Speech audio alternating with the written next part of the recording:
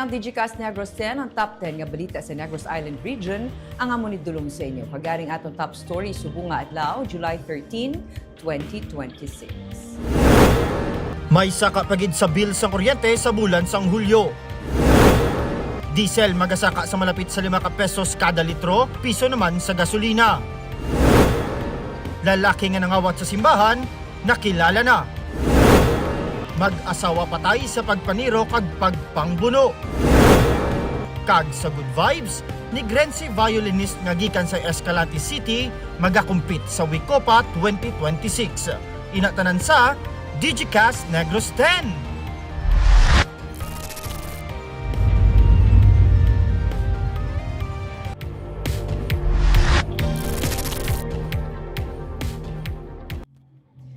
Sa number 10, pader sa Burgos Public Cemetery narumpag samtang mabunok ang ulan. Temporaryong maging siraan sa syudad sa Bacolod ang half lane sa Dalan Lopezina matapos nga narumpag ang pader sa Burgos Cemetery bangod sa mabunok nga ulan Sabado sang gabi. Ginsiling ni City Administrator Attorney Mark Steven Mayo nga magapatuman ana isang temporary repair ang syudad sa amo nga porsyon sang patio samtang hindi pa masugudan ang plano nga rehabilitation sini. Sa nag-igo ang Bagyo Tino sa Bacolod City na tumbahan sang dako nga puno ang amo nga bahin sang patio. Rason sang pagkaguba sini.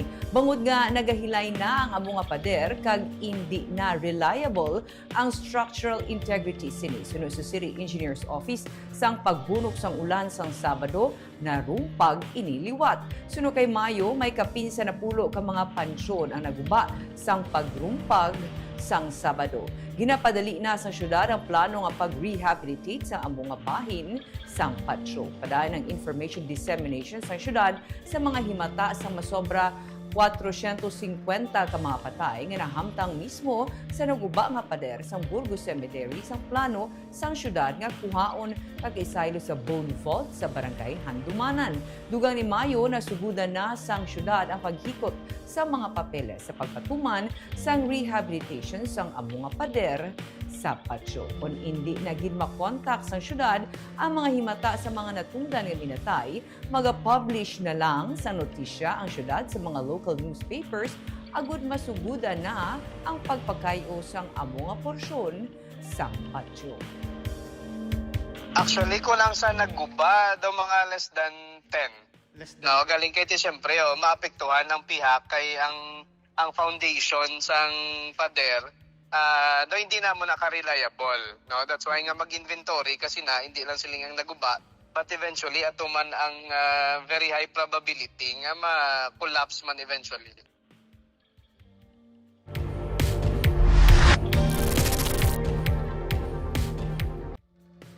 Sa number 9, isa ka Blue Swimming Crab Stakeholders Consultative Meeting ang ginpatigayo na. Sunod kay Governor Eugenio C. Lacson, sila ang ginpahibalo nga ang national government ang nag-negotiate sa Estados Unidos para buksan liwat ang ilang nga market sa Pilipinas. Mga tiglawas gikan sa Bureau of Fisheries and Aquatic Resources nga nagtambong sa mga consultative meeting sa atong Biyernes. Sunod kay Lacson, ang nagsaad nga sila ang padayon nga magbulig sa mga apektado para liwat nga makuha ang US market nga nagaserbe pinakadako nga market sang blue swimming crab sang pungsod. Sa speech sang gobernador sa amo nga pagsapol, iya ginsiling isa ka seryoso nga pagpanghangkat ang ginaatubang nga restriction. Base sa BFAR NAR Transport Permit data para sa 2025, ang Negros Occidental ang nag-produce ng 1,151 metric tons sang blue swimming crab products nga ginabulubata na gabalor sang 936 million pesos. Ang Metro Bacolod Chamber of Commerce and Industry may yara man sang proposed action plan angot sa ginatuyo pag-restore sa US market para sa blue swimming crabs. Ang Phase 1 nagalakip sang sustainable fishery. Phase 2 nagalakip sang pag-upgrade sang processing facilities kag ang Phase 3 may angot sa national compliance kag market re-entry. It's a matter of documentation, but these documents are so tedious that we will have to teach the crab pickers on how to document every step of the way. But it was a very fruitful meeting. Before promised to continuously help the industry until such time that we can get back the US market. We were also informed that the national government is also negotiating with the US, so that we can at least get back into that market, because it turns out the US market is the biggest market worldwide.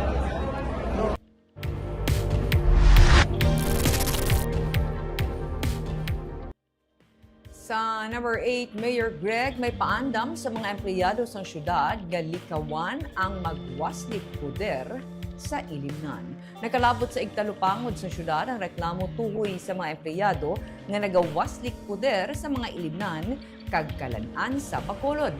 Ginkumpirma ni Bacolod City Administrator Attorney Mark Steven Mayo nga may isa tubtub-duha ka empleyado ang involbado sa amo nga insidente.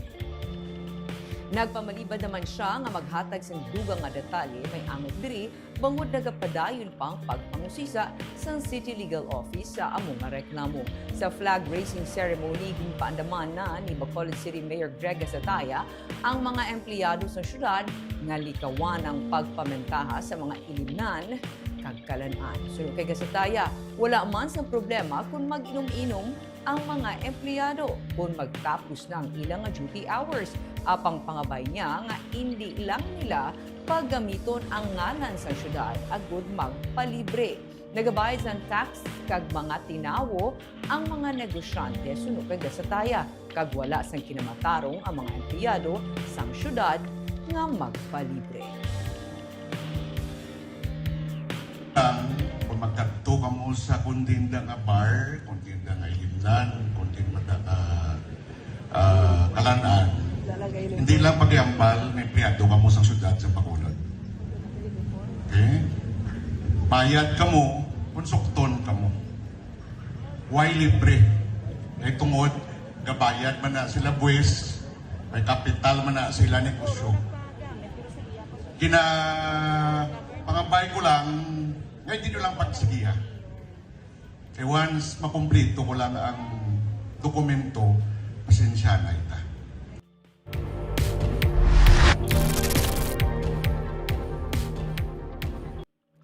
Sa number 7, lalaking nga nangawat sa simbahan, nakilala na. May sampaw nga bayo nga posible iyapas ng sakristan ang lalaki nga gintudlo nagpangawat sa simbahan sang siyang nadakpan sa bypass operation sa Progreso, Barangay Alhis sa Bacolod City sang Domingo sang gabi, Hulyo 12. Ginsiling ni Police Captain J.R. Reyes ang hepe sa Station 7 nga nagmatch ang tattoo kag profile ni alias Alog, 28 anyos sa suspect nga nakuhaan sa closed circuit television camera footages sang simbahan. Sa ginpatigay nga custodial debriefing matapos madakpan si alias Alog sa bypass, iyaman ginako nga siya kag ang iya duha ka mga lookout ang nagpangawat sa kumbento kag simbahan sa St. Jude Thaddeus Parish and Shrine sa Barangay Alhis sa Hulyo 8. Nakawat sa mga suspect ang pila ka mga pagkabutang kag masobra 300,000 pesos nga cash nga bag-o lang na withdraw sa bangko agud kuntani ibayad sa mga balayran sa simbahan, ipakay usang tile sa altar kag budget sa subong nga bulan. Suno kay alias Alog, ilana nga natunga-tunga kag nagasto ang kwarta.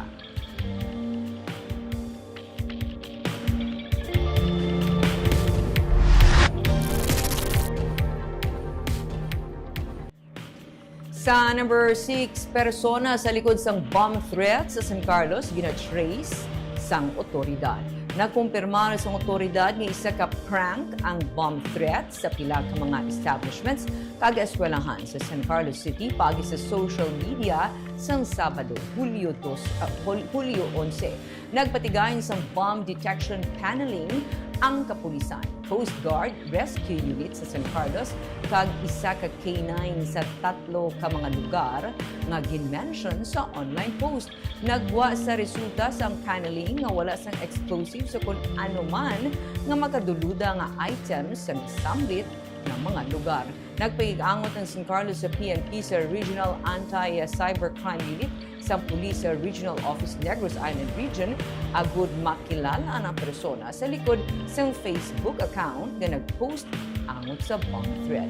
Ginpahayag ni San Carlos Mayor Renato Bustillo nga ilan na gina-trace ang suspect agud mahibaluan ang motibo sa iya pagpalaptas ng sala nga impormasyon nga nagtugas ang kahadlok sa publiko kag agud mapasakaan na ining sang kaso. Ang pagpalaptas ng sala nga impormasyon ug pagpamahog nga may bomba sa isa ka lugar ang pagsupak sa Presidential Decree 1727 o kunang Anti-Bomb Joke Law.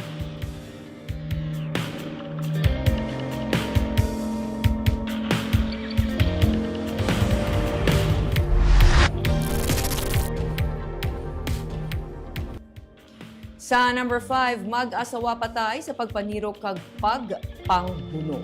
Nagsugod sa paglalisay ang nagluntad nga pagpaniro kag pagpangbuno nga nagresulta sa kamatayon sang mag-asawa sa Purok Tilapia, Barangay 3 sa Bacolod City, Domingo sang hapon. May igo sang bala sa ulo si alias Paul, 31 anyos, isa ka miyembro sang Philippine Army, may ranggo nga private first class, kag na-assign sa 11th Infantry Battalion sa Siaton, Negros Oriental. Ang iya asawa nga si alias Leonora, 28 anyos, ang nakaangkon sang 11 ka mga buno sa lawas. Ginsiling ni Police Lieutenant Juanan Gadayan, officer in charge sang Station 2 nga nag-istorya si Leonora sa iya bana. Angot sa ginalagar pagbastos ang tatay sini sa iya manghod nga babayi. Nagwa sa investigasyon sa PNP nga nag-init o kung nag-init ang away sang mag-asawa kag nagpalupok sa salog si alias Paul sang iya Glock 17 issued service firearm. Dito kag nag-agaway sang pusil ang mag-asawa.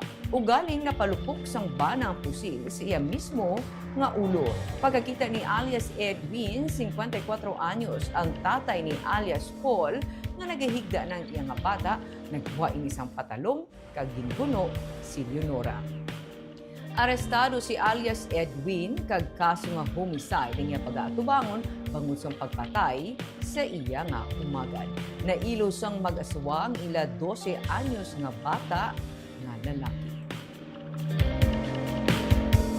Better advice ko sa mga married couple is they should communicate daan nila sa tamang usapan yung problema. Hindi yung i-escalate nila yung problema, makipagbarilan sila. Then at the same time, hindi nila naiisip na mayroon silang pamilya na naiiwan. So ang advice ko din, especially sa uniform on our part, so be careful on what service we should kasi pwedeng makakos ito ng chaos sa mga in case na may mga away-away. Part sa among sa kapulisan, we are also doing our best to respond sa lahat ng mga incidents. So much better sana ang mga ating mga concerned citizen or person pag may mga ganitong incident tayo ulit, immediately tumawag po sila sa 911 na hotline natin, our national emergency hotline, to address the issue kaagad.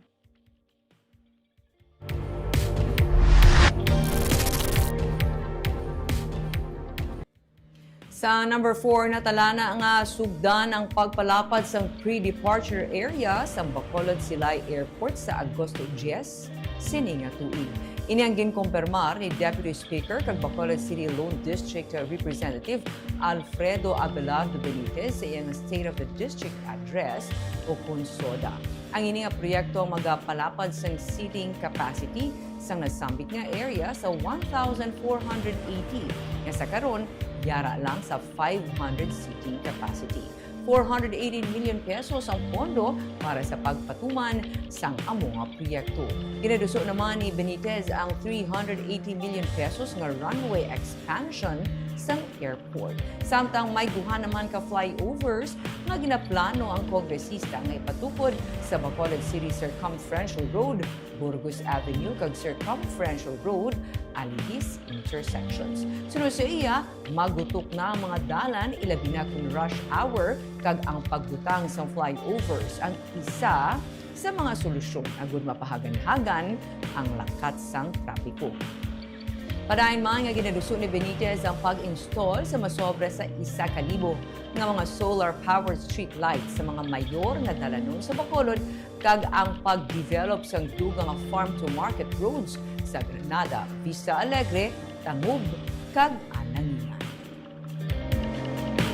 Improve means efficient movement of people and goods, creating a greater economic opportunities for Bacolodnons and opening more doors for tourism and trade that brings Bacolod closer to the rest of the country and the world. People choose cities where they can afford not just to live, but to live well.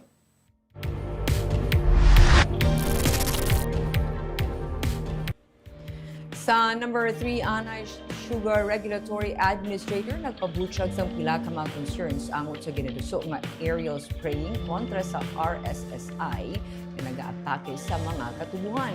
Ang proposal dapat maid-id nga tun-an sunod sa iya. Nagpabutyag sa pila ka mga pamangkutanon si Anay SRA Administrator Rafael Coscoluela sa gina-propose ni Unified President Manuel Lamata nga aerial spraying. Ginalantaw ni Coscoluela ang posible epekto kaangay sa mga poultry farms, sa wildlife, kaangay sa mga beneficial insects, kag bisan pa sa groundwater, kag iban pagid sa source ng tubig. Luyag man niya mapatod kung ano gid nga sa isang chemical nga gamiton. Ginduso nila Mata ang aerial spraying nga nagabalor sang 200 million pesos para sa 250,000 hectares ng katubuhan sa isla sa Negros. Iyaman ginsiling damlag pa nga safe ang mga aerial spraying sa kasapatan kag sa mga area nga malapit sa pamalay, magadistansya na kag drone na ang paggagamiton. Sunod kay Coscoluela, mas luyag nila nga mag-mobilize ng kadaman kag magpatigay sa spraying nga maging focus targeted, hindi sweeping. Dako ang mangin papel sa LGU sa pag-coordinate lakip na sa mga Planters Association kag sa iban pagid nga stakeholder suno kay Coscoluela. Ginaduso nila ang comprehensive science-based systematic plan of action nga pamunuan sa gintukod nga task force kontra sa RSSI.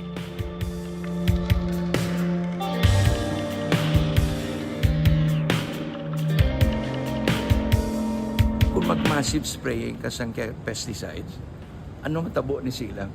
Okay? Then there is the question, ano ang epekto niya sini sa aton tubig? Sa suba, kag sa groundwater, sources of drinking water sa mga pumuluyo. How do we, or ang question is, are there measures that will make it possible to prevent ang pollution or contamination of groundwater or drinking water? And there are other questions that should be answered. May is basic question. Ano gini nga chemical ang gina-propose out? Systemic, no? So, Gob, anong ginasuggest nyo doon instead of aerial spray? Ang nami nga example ginset, and it's also being done here on the ground in some areas, ang i-mobilize mo ang army of people on the ground who can do the actual spraying, focused, targeted. Okay? Which means you need plenty of people and sprayers.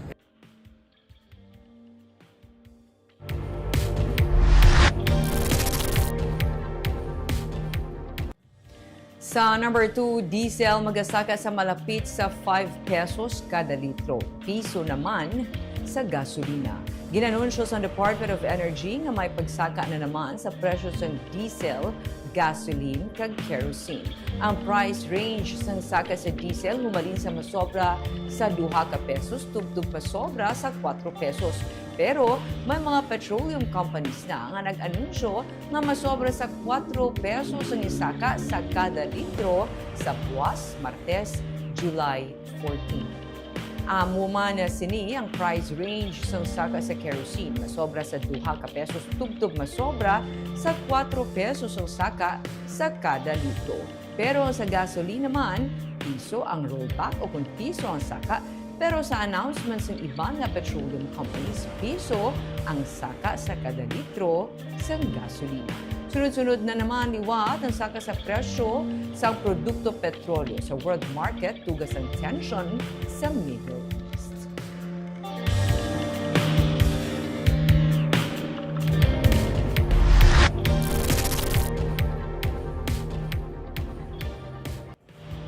Kag sa number 1, may pagsaka pagid sa bill sa kuryente sa bulan sang Hulyo. Dugang nga 20 sentimos nga saka sa bilis ng kuryente ang ginapaabot sa July nga billing. Ginsiling ni Neil Parcon, Vice President for Corporate Energy Sourcing and Regulatory Affairs ng Prime Electric Holdings Incorporated.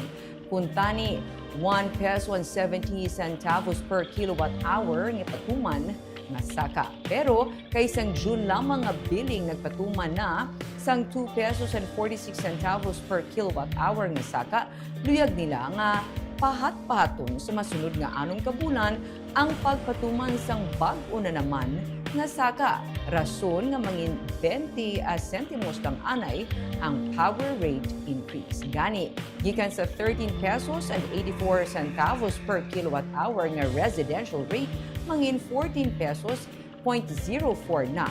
Pathag niya ang saka sang bilis ng kuryente sa wholesale electric spot market o kung WESM, gikan sa 10 pesos, karon 18 pesos na. Sila magahinyo sang approval sang Energy Regulatory Commission kag sang Independent Market Operator sang WESM o kung IMOP sang ilang nga pag-defer sang 8 pesos nga saka para mahatagan man ligwa ang mga konsumidor sa tunga sang pagsaka sang power rates subong. Ang nasu mga 1 peso and 70 centavos nga saka ang blended generation cost na kag nagatumod sa epekto sang costs sa bulan lamang sang Hulyo. Dugang pa ni Parcon, pagkatapos ng July, ginapaabot nila ang pagnubo naman sa bilis ng kuryente, bangod tigayon na nakabalik operate ang Panay Energy Development Corporation Unit 3, isa sa 3 ka mga power generators nga sadto na bag down. Ginapaabot man nila ang pagnubo sa presyo sa WESM, bisan pa nga hindi pa sa level sang presyo hanay sili sadto. Isa ka power forum ang ginpatigayon nila sang aga sa tunga sang gina-eksperyensya nga yellow and red alert conditions karon sa Visayas. So that's 8 pesos increase in WESM, but that's just a portion of our total purchases. When you blend it with our other generation suppliers like the bilateral agreements, no? The effect is around 1 peso and 70 centavos, no? But we knew that the consumers have already been reeling from the increase of the previous month, so we deemed that I think it's high time to ask for ERC to approve our request for a deferment over the next 6 months, the increase of 8 pesos. And the resulting increase in our blended rate will only be around 20 centavos, no? Subject to approval by the ERC and by the IMOP, who is the operator of the WESM.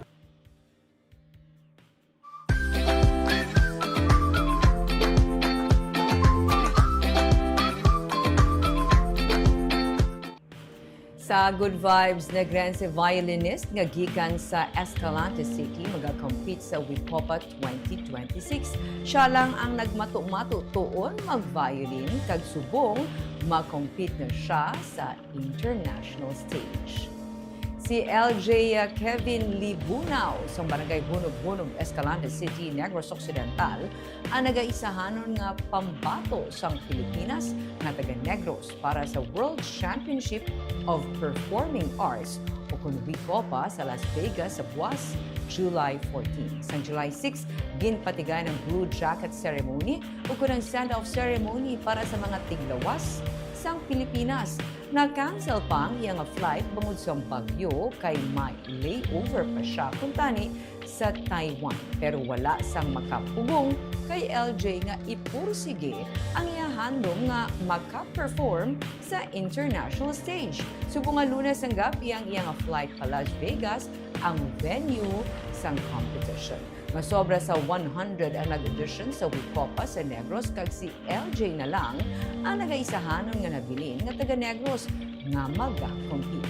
Magastos man kuno abi kay personal ang gasto para maka-compete. 2013 sa nagmato-mato lang siya tuon mag-violin. Tugtog na ni isa sa mga in-demand nga violinist para sa wedding sa Negros.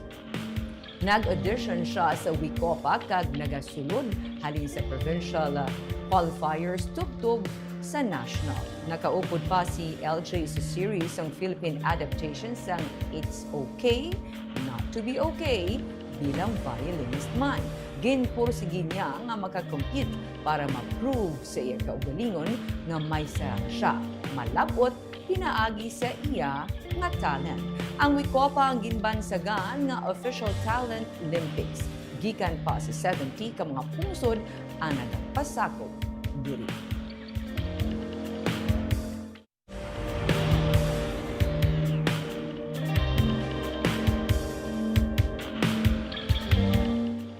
And of course, we wish LJ the best. Kag kita ang greet sa ating mga live viewers. Shout out sa ating mga live viewers. Kay Marvy Sepriano Aquino, good afternoon, Digicast Negros. Good afternoon, Ma'am Barbara, watching live from Silay City. Jocelyn Loquero, good afternoon, Digicast team. Happy Monday, everyone, watching live from Hong Kong. Jessery Garucha Hevero, maulanon nga hapon. Uy, gaulan sa ila ni Ma'am. Ka-Digicast, Ma'am Barbara, happy Monday. God bless everyone. Checky Ebrada, good afternoon from Indian Ocean. Indian Ocean. Thank you for the latest Negros news. More power and God bless. Gloria Bantigue, good afternoon, Digicast NIR. Kag Ma'am Barbara Mijares watching from Pulupandan. Also, hello kay Sir Gerardo Marquez na naga-lantaw man. Chris Paduhilaw, hello Ma'am Barbara, watching always the Digicast Negros. Thank you, good sir. Watching from Banga Lutak, Barangay Narawis, Inigaran. God bless always sa inyong program. Sa mga taga-Barangay Narawis, maayong hapon sa inyong tanan. Kagamuyatong top 10 stories of the day, tugtugwas. Ako si Barbara Mijares. Maayong hapon.